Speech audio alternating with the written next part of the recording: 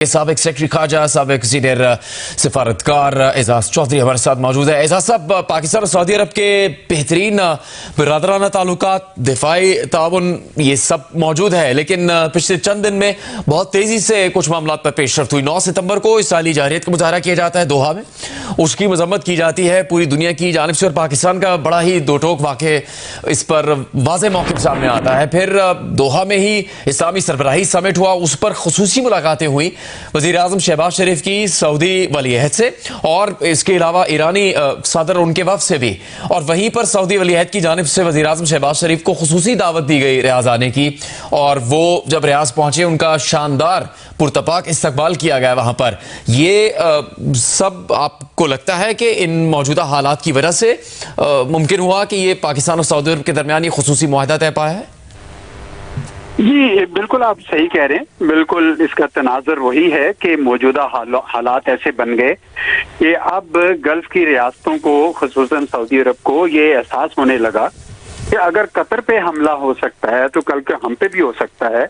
और नेतन्याहू साहब तो एक नक्शा लिए फिरते हैं ग्रेटर इजराइल का, तो चुनाचे सारे के सारे जो गल्फ की रियासतें भी और कुछ अरब ममालिक भी जरा इस बात से परेशान थे।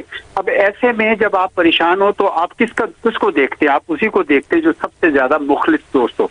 और पाकिस्तान ने तो सऊदी अरब के साथ हमेशा साथ दिया। जब भी सऊदी अरब पे कड़ा वक्त आया पाकिस्तान साथ था, और जब भी पाकिस्तान पे कड़ा वक्त आया सऊदी अरब साथ था। तो मैं समझता हूँ कि आज का जो मुआहिदा हुआ है, मैंने वैसे इससे पहले इस किस्म का नहीं देखा था।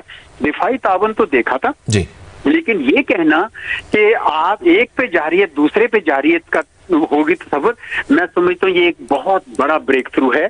आपको याद होगा कि जब हिंदुस्तान ने पाकिस्तान के ऊपर जारियत की तो उस वक्त कोई इस किस्म की आवाजें, ठीक है, उन्होंने हिंदुस्तान का किसी ने साथ नहीं दिया।